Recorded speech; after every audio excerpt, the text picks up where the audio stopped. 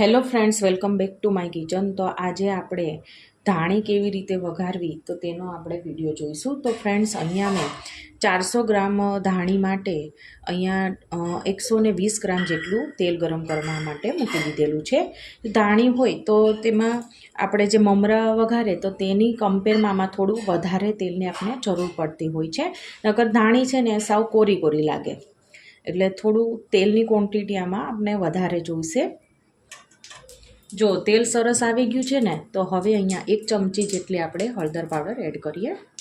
તો અહીંયા હળદર થવા લાગી છે, તો 8 થી 10 નંગ જેટલા મીઠા લીમડાના પાન, અને ગેસની આંચ અત્યારે હાવ ધીમી કરી દેવાની, અને તરત જ આપણે ધાણી એડ કરીશું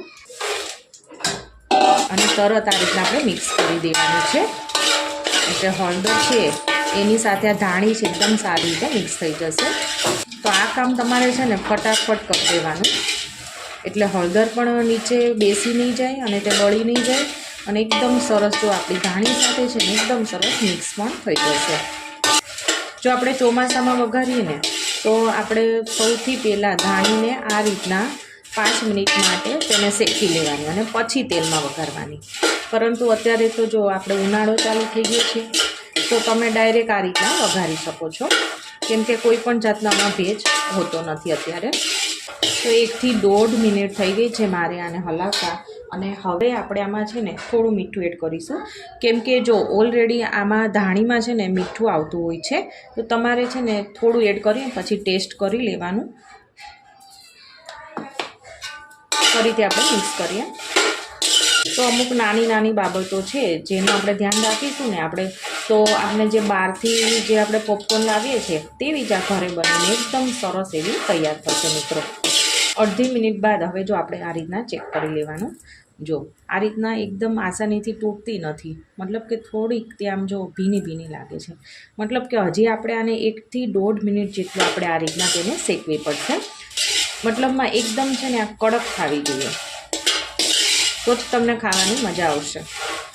અને આ રીતના આપણે છે ને એકદમ મીડિયમ ગેસ રાખી અને પછી શેકીશું ને, તો ધાણી છે નીચેથી બળશે નહીં અને એકદમ સરસ એવી લાગશે. જો વળી બળી જાય ને તો એ બળેલો ટેસ્ટ છે ને આમાં બિલકુલ સારો નથી લાગતો. આને આપણે જો આ રીતના કન્ટિન્યુ ચલાવવાનું અને એકદમ ધીમા તાપે શેકવાની, તો પણ ફક્ત 5 જ મિનિટમાં આપણી આ ધાણી છે ને બનીને તૈયાર થઈ જશે.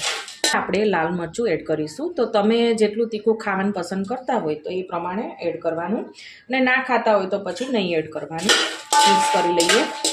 ફક્ત છે ને અડધી મિનિટ માટે જ આને શેકીશું, તો બધું સરસ મિક્સ થઈ જશે અને ધાણી આપણે જોવે ને એવી કડક બની જશે. હું તમને હમણાં દેખાડીશ પણ ખરી કેટલી કડક આપણે કરીશું. જો અડધી મિનિટ થઈ ગઈ છે અને હું એક ધાણી લઈને તમને દેખાડી દઉં છું. જો આ રીતની એકદમ સરસ જો ભૂકો થઈ છે ને, જો બસ આટલો થાય અને એકદમ તમે ખાઓ ને એટલે તમને આમ કડક જ લાગે, જે ઢીલી ના લાગે, એટલે સમજો કે આપણી ધાણી છે ને એકદમ સરસ એવી શેકાઈ ગઈ છે. તો મિત્રો આપણે ગેસની ફ્લેમ બંધ કરીશું. તો મિત્રો હોળી પર તમે આ રીતના જરૂરથી એકવાર ધાણી વઘારીને જોજો, એકદમ સરસ એવી તમને લાગશે. અને જો મારી આજની આ ધાણી વઘારવાની રીત ગમી હોય તો મારી ચેનલને સબસ્ક્રાઈબ, લાઇક અને શેર કરવાનું ના ભૂલતા. તો આપણે ફરીવાર મળીશું એક નવા જ વિડીયો સાથે. Thank you for watching.